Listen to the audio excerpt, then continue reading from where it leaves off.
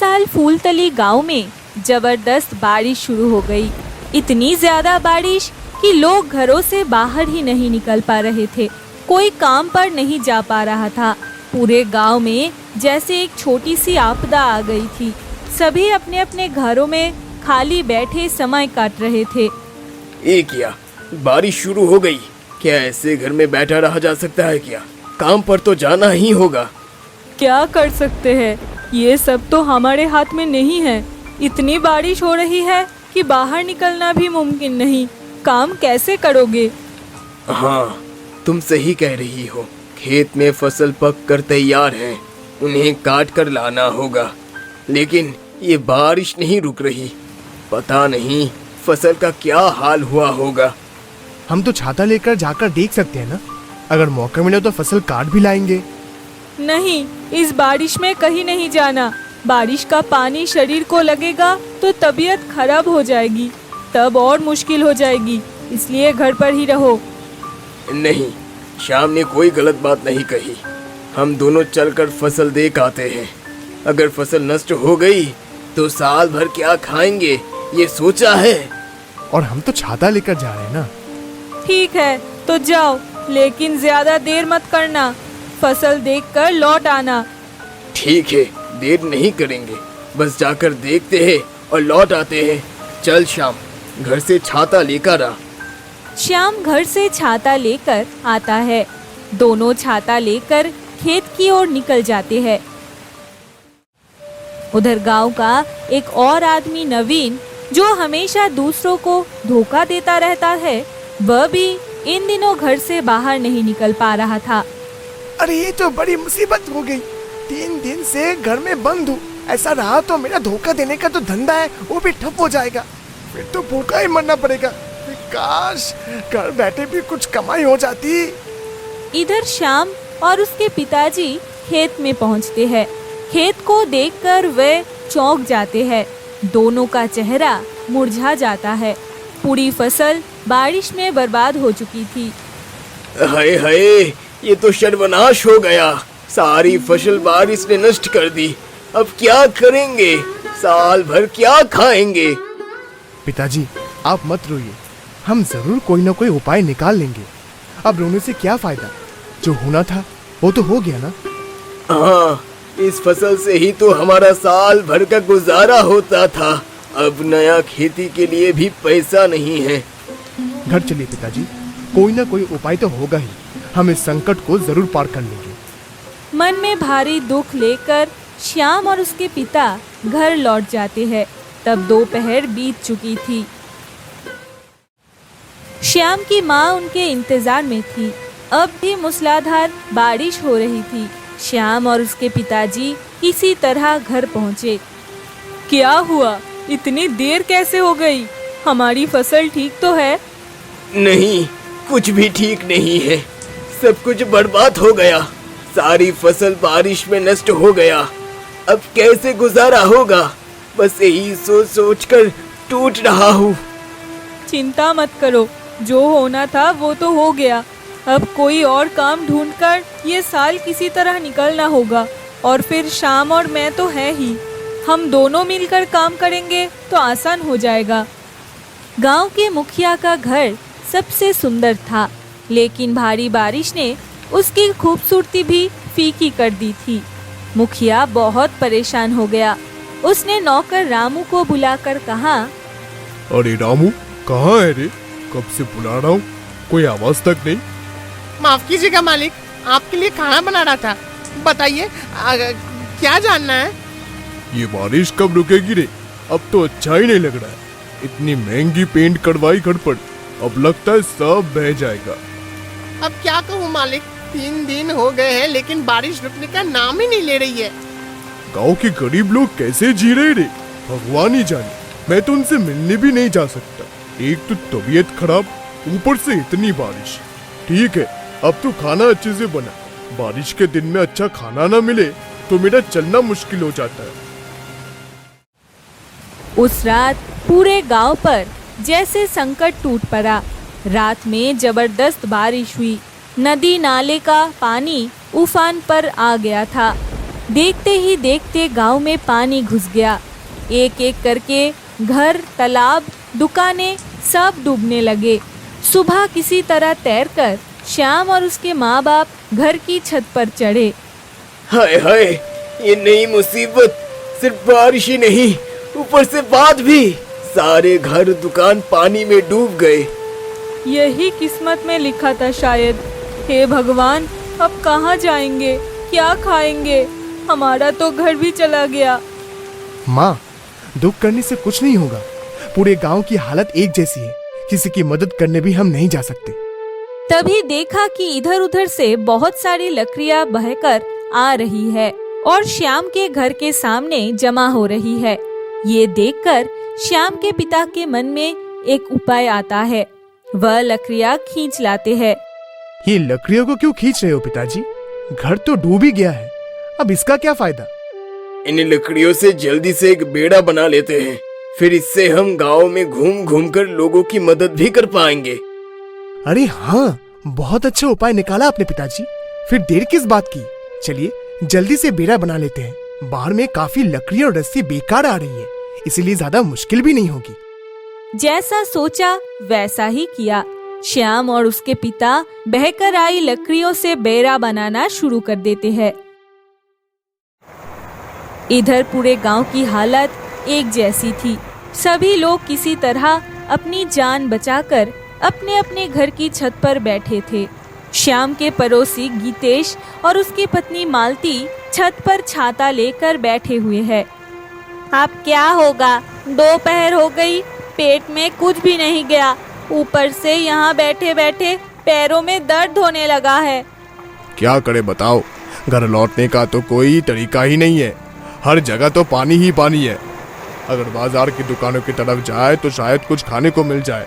दुकानदार तो जरूर अपनी दुकानों की छत पर चढ़कर सामान बेच रहे होंगे।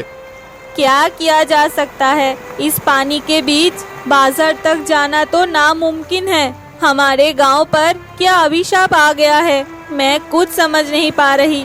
हे भगवान, हमारी रक्षा करो। उधर गांव के बाकी लोगों की तरह ही मुखिया की भी वही हालत थी। वह भी एक छाता लेकर अपने घर की छत पर रामू के साथ बैठा था। बाहर मूसलाधार बारिश हो रही थी। दोनों पूरी तरह भीग चुके थे। रामू, अब बर्दाश्त नहीं हो रहे। पता ये बारिश कब रुकेगी? अब क्या कहूँ मालिक, 3 दिन हो गए हैं लेकिन बारिश रुकने का नाम ही नहीं ले रही है। हाय रे, कैसी मुसीबत आ गई गांव पर। पता नहीं इस मुसीबत से कब छुटकारा मिलेगा। गांव के गरीब लोग ना जाने कितने कष्ट झेल रहे हैं। गांव के मुखिया गांव के मुख्य रास्ते पर तब 3 हाथ गहरा पानी था। उसी पानी पर एक बेड़ा तैरता दिखाई दिया। उस पर श्याम और उसका पिता बैठे थे। वे दोनों उस बेड़े को चलाकर आगे बढ़ रहे थे। बेड़े पर काफी खाना रखा था। अचानक उन्होंने देखा कि छत पर मालती और गीतेश बैठे हैं। श्याम, ये बेड़ा कहाँ से मिला? अरे मैंने और पिताजी ने मिलकर बनाया है। इसी बेड़े से तो बाजार से खाना का सामान लाए हैं हम। बेचारे दुकानदार लोग तो अपनी छतों पर चढ़कर सामान बेच रहे हैं। अरे ये पानी कब घटेगा कुछ पता नहीं। तुम उन्हें बोलो हमारे लिए भी एक बेड़ा बना दे। अगर एक बेड़ा हो जाए तो बहुत मदद मिलेगी। हाँ, तुम सही कह रहे हो मालती। और श्याम सुनो, हमारे लिए एक बेड़ा बना दो। देखो ना, हम दोनों कल से भूखे। एक बेड़ा होता तो बाजार से कुछ खाने को ला सकता था। लेकिन गीतेश, एक बेड़ा बनाना आसान नहीं है, इतनी बारिश और बांध में। अरे दया करो भाई, हमारे लिए एक बेड़ा बना दो। चाहो तो मैं इसकी कीमत चुका दूंगा, फिर भी बस तुम राजी हो जाओ। ठीक है, जब तुम इतना आग्रह कर रहे हो तो हम एक बेड़ा बना देते हैं। थोड़ी देर बाद श्याम तुम्हें बेड़ा देकर जाएगा। ठीक है भाई, श्याम जब बेड़ा लगाएगा मैं उसे पैसा दे दूंगा। श्याम और उसके पिता गीतेश की बात सुनकर जल्दी से घर लौट गए। घर जाकर उन्होंने खाना खाया।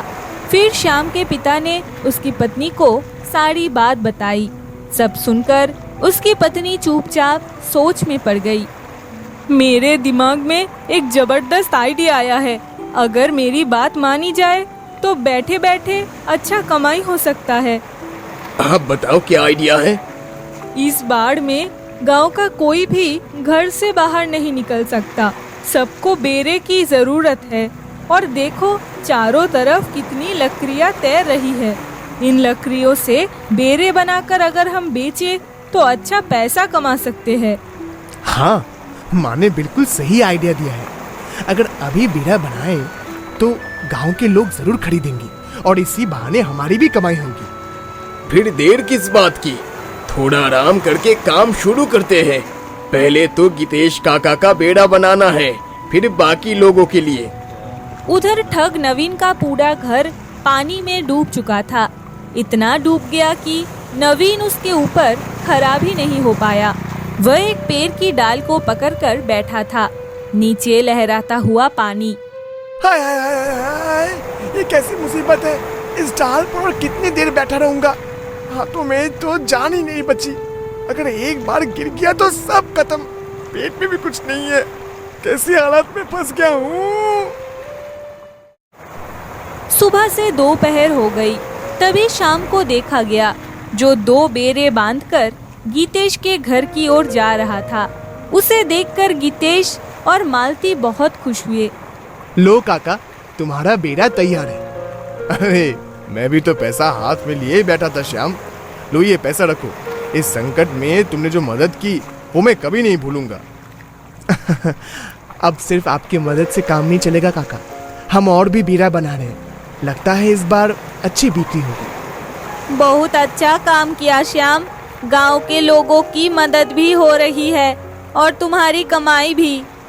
इसी वजह से ही तो मना नहीं किया, काम में लग गया। चलो काका, बहुत काम बाकी है। और हाँ, किसी को मिले ना तो बेड़ा का जिक्र जरूर करना। अगर कोई खरीदना चाहे तो हमारे घर भेज देना। ठीक है श्याम, मैं बाजार की तरफ जा रहा हूँ। जिससे भी मिलूंगा बेड़े की बात करूँ। गीतेश की बात सुनकर श्याम बेड़ा लेकर वापस घर की ओर चला गया। कुछ समय बाद गीतेश खुद बेड़ा लेकर बाजार की ओर निकल पड़ा। गांव के भीतर से वह बेड़ा चलाकर आगे बढ़ रहा था। सामने एक पेड़ की डाल पर नवीन बैठा था। गीतेश को देखकर वह हैरान रह गया। अरे भाई, इस आफत में तुमने बेड़ा बना लिया। अब तो आराम से घूम रहे हो। और देखो मुझे, सुबह से इस पेड़ पर बैठा हूँ। अरे नहीं नहीं, ये बेड़ा मैंने नहीं बनाया। ये तो श्याम और उसके पिता ने बनाया है। मैं बस पैसे देकर इसे खरीदा हूँ। क्या तुमने उनसे बेड़ा खरीदा? सिर्फ मैंने ही नहीं, वो तो और भी बेड़े बना रहे हैं गांव के बाकी लोगों को बेचने के लिए। सब पागलों का खेल है ये। लोग ये पैसे देकर बेड़ा खरीदेंगे?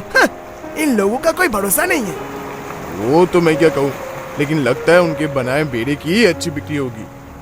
ऐसा कहकर गीतेश फिर से अपने बेरे को लेकर आगे बढ़ गया और नवीन पेड़ की डाल पर बैठा हंसता रहा। उधर श्याम के घर के सामने अब भीड़ लगनी शुरू हो गई थी। कोई तैरकर, कोई गले तक पानी में चलकर वहां पहुंच रहा था। श्याम और उसके पिता ने कई बेरे बना लिए थे। सब लोग शांत होकर बैठो, सबको बेड़ा मिलेगा। हमने बहुत सारे बनाए हैं, जरूरत हुई तो और बनाएंगे, कोई दिक्कत नहीं। अरे भाई, मेरी बहुत परेशानी है। कृपया मुझे एक बेड़ा दे दो।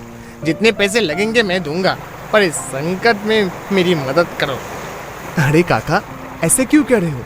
ये बेड़ा तो आप लोगों के लिए ही बनाया गया है। जो पसंद आए ले लीजिए। पैसे देकर वो आदमी एक बेरे पर बैठ गया। मुखिया जी, गांव के सब लोग तो अब बेड़े खरीद रहे हैं। अब जो हाल है उसमें हमें भी एक बेड़ा खरीदना ही पड़ेगा। बेड़ा तो खरीदना चाहिए, लेकिन बेड़ा बेच कौन रहा है? इस मुसीबत में भला कोई आसानी से बेड़ा बेचता है क्या? अरे मिल रहा है मुखिया जी, मिल रहा है। गांव के श्याम और उसके पिता ही तो बनाकर बेच रहे हैं। अगर आप कहे तो मैं जाकर एक बेड़ा लेकर आता हूँ। तो फिर देर क्यों कर रहा है? जाओ और एक बेड़ा ले आ। इस छत पर बैठे बैठे तो पैरों में अकड़ हो गई है। मुखिया की बात सुनकर रामू कमर तक पानी में चलते हुए श्याम के घर की ओर बढ़ता है।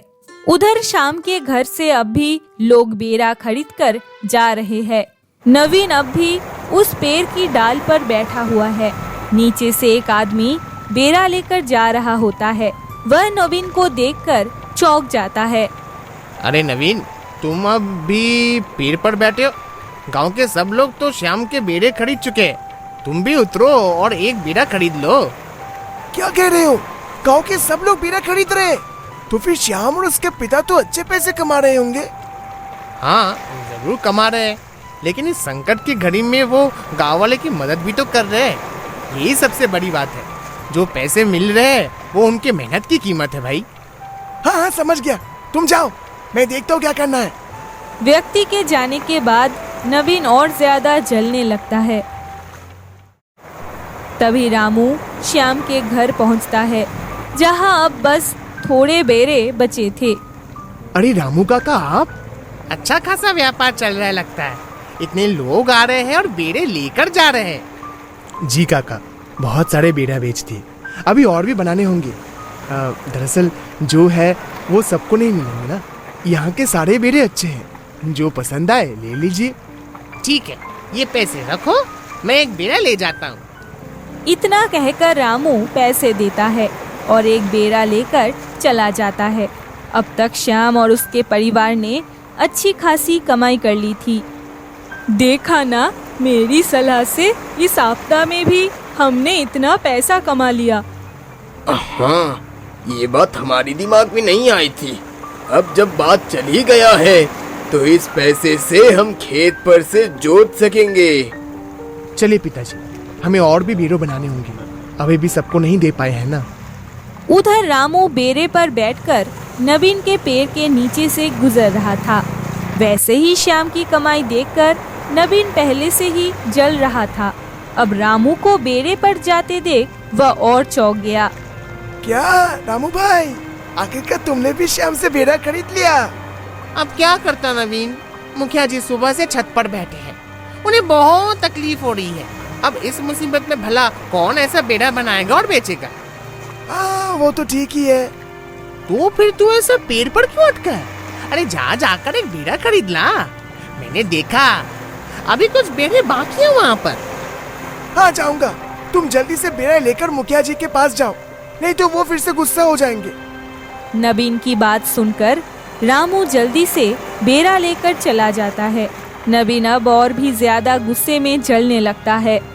मेरे सामने बैठकर वो श्याम और उसका बाप बेड़ा बेचकर इतने पैसे कमाएंगे? नहीं, ये तो सही नहीं हो रहा है। कुछ तो करना ही होगा। इतना फायदा मेरी आंखों के सामने हो रहा है और मैं कैसे देखता रहूं? अब दोपहर ढल चुकी थी। जैसे ही रामू मुखिया जी के घर के सामने बेड़ा लेकर पहुंचा, मुखिया बहुत खुश हो गया। रामू मुस्कुराकर बेरे को एक पेड़ से बांधकर चढ़ गया। ये लो मुखिया साहब, आपके लिए बेड़ा लाया हूँ। साथ में बाजार से कुछ खाना भी लेकर आया हूँ। बेड़ा तो अच्छा दिख रहा है। अब पहले खाना खाओ, उसके बाद बेड़ा में चढ़ा जाए। बहुत भूख लगी है। दे तो, देखा क्या क्या लाया है तू? सूर्य डूब चुका था और चारों तरफ अंधेरा छा गया था। खाना पीना खत्म करते करते रात आ गई। खाना खत्म करने के बाद रामू और मुखिया बेड़े में चढ़े और तभी एक हादसा हो गया। बेड़ा डूब गया। मुखिया और रामू पानी में बहने लगे। ओह, बदकिस्मत रामू, ये क्या बेड़ा लाया है? चढ़ते ही डूब गया। पता नहीं मुखिया साहब, मैंने तो बेड़ा ठीक से ही चलाया था, सब ठीक ही था। फिर अचानक क्या हुआ समझ में नहीं आया। उस श्याम और उसके पिता को मैं छोड़ने वाला नहीं हूँ। कल सुबह उन्हें बुलाना और जो होगा देख लेना। उनकी किस्मत में अब दुख लिखा है।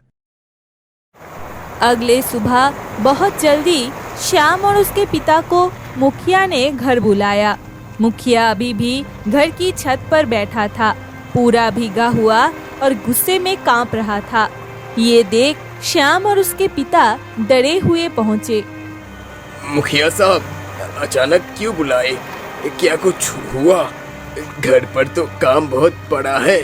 अब और भी बेड़ा बनाना भी बाकी है। और कोई बेड़ा मत बनाना। अगर फिर से एक भी बेड़ा बनाया तो तुम्हें इस गांव से बाहर निकाल दिया जाएगा। मुखिया साहब, क्या हमने कोई अपराध किया है? अचानक इतनी सजा क्यों? तुमने मुझे बेड़ा में फंसाकर डुबाने की कोशिश की। तुम्हारे बेड़ा में चढ़ते ही वो डूब गया। ऐसे कैसे हो सकता है मुखिया साहब? हमारे बेड़ा इतना कमजोर नहीं है। मैं और कुछ सुनना नहीं चाहता। इस गांव में और बेड़ा बनाना बंद करो, यही मेरी आखिरी बात है। कुश्ती सी हालत में श्याम और उसके पिता मुखिया के घर से लौट गए। इन्हीं बातों की खबर नवीन को मिलते ही वह जोरदार हंसी में फूट पड़ा। मेरे सामने से पैसे कमाकर ले भागे। सोचा था मैं मासूम बैठकर देखूंगा। अब देखो तुम्हारा बेड़ा। इस बीच श्याम और उसके पिता माथा झुकाए घर लौट आए। उनकी इसी हालत पर श्याम की माँ थोड़ी चौंकी। क्या हुआ? तुम लोग कहाँ थे? कितना काम बचा था? बेरे तो बनाना ही था ना? हम और बेड़े नहीं बनाएंगे, मुखिया ने मना कर दिया। कहा अगर फिर बेड़ा बनाएंगे तो गांव से निकाल देंगे। रात को हमारे बेड़ा डूबने की बात सुनी है। लेकिन ऐसा क्यों हुआ? और किसी के बेरे के साथ ऐसा नहीं हुआ? वही कहना चाहता हूँ। लगता है कोई और इस पीछे साजिश कर रहा है, लेकिन कैसे साबित करेंगे? चिंता मत करो, मेरे पास एक और आइडिया है। सुनो क्या करना है। श्याम की माँ ने अपने पति और बच्चे को एक योजना समझाई। फिर श्याम पिता से एक छोटा बैग लेकर निकल गया। सुबह से दोपहर हो गई। रामू हैरानी से बेरे को देख छत पर बैठा था। चलो बेड़ा का थोड़ा निरीक्षण करें। अगर ठीक ठाक कर सकता हूँ तो अच्छा रहेगा। कोई फायदा नहीं, ये श्याम और उसके पिता मुझे बेवकूफ बना गए। न सिर्फ मुझे बल्कि पूरे गांव को। रामू कुछ बोले बिना पानी में उतर गया और बेरे की जांच करने लगा। तभी उसने देखा बेरे के नीचे एक बैग छिपा है जिसमें कई सोने के सिक्के हैं। मुखिया साहब देखिए, बेड़ा की टूटी हुई लकड़ी के बीच में एक बैग है और उसमें ना सोने के सिक्के हैं। क्या कह रहे हैं? टूटी लकड़ी के बीच में बैग और उसमें मोहरे। हाँ मुखिया साहब, ये देखिए। मुखिया देखता ही रह गया। ये खबर पूरे गांव में फैल गई और नवीन के कान तक ये बात पहुंच गई। क्या हुआ? उस बेड़े से मिल गया सोने का बैग। लेकिन अब एक और योजना मेरे दिमाग में आ गई। अब मैं भी यहाँ बैठकर अच्छा कमाई कर सकता हूँ। नवीन पानी फोड़कर मुखिया के घर भागा। वह बैग हाथ में देखकर थोड़ा चौंका। अरे नवीन, इस समय तुम? माफ कीजिएगा मुखिया साहब, असल में मैं ही श्याम और उसके पिता को सताने आया था। रात को उनके बेड़े का लकड़ी तोड़कर बैग छुपा दिया था। साहब, अगर मैंने बेड़े अपने हाथ से ना तोड़े होते तो वो मोहरे वाला बैग आपको कभी नहीं मिलता। इसके लिए मुझे इनाम मिलना चाहिए था। उसी वक्त श्याम और उसके पिता वहां पहुंच गए। नवीन उनकी आवाज सुनकर चौंक उठा। मुखिया साहब, बेड़े की लकड़ी तोड़ने की वजह से आपको ये मोहरे का बैग मिला। असल में मैंने कुछ ही समय पहले ही ये बैग बेड़े के नीचे बांध कर रखा था। क्या तुमने ही बैग रखा था? लेकिन क्यों? अब तक समझ नहीं आए। नवीन ने खुद अपनी जुबानी अपराध स्वीकार किया है। यही इसीलिए हमने बैग छुपाया। क्या इसका मतलब ये सारी बातें झूठी थी? बेड़ा टूटकर मोहरे नहीं मिलते? नहीं, सब कुछ मेरी माँ की योजना थी। मुखिया साहब, मुझे बचाइए। मैं मोहरे की लालच में पड़ गया था। वो मुझे पागल पकड़ेंगे तो मार ही डालेंगे। मुझे बचाइए। तू तो सच्चा शैतान है। दूसरों को चोट पहुंचाई है, तुझे जरूर सजा मिलेगी। तू पूरे गांव के बेड़ों को पहले जैसा बनाएगा आज ही। और श्याम और उसके पिता के साथ जो किया उसका जुर्माना 500 रुपया दे देगा। नहीं तो मैं खुद गांव वालों को तुझे सौंप दूंगा। नहीं मुखिया साहब, आप जैसा कहेंगे वैसा करूंगा, पर उन्हें नहीं सौंपेंगे। नवीन के पास और कोई रास्ता नहीं था। उसने मुखिया की हर शर्त कबूल कर ली। इसी के साथ श्याम और उसके पिता को फिर से गांव में बेड़ा बनाने और बेचने की अनुमति मिल गई। साथ ही नवीन ने 500 रुपए जुर्माना भी खुशी खुशी दिया और घर की ओर चला गया।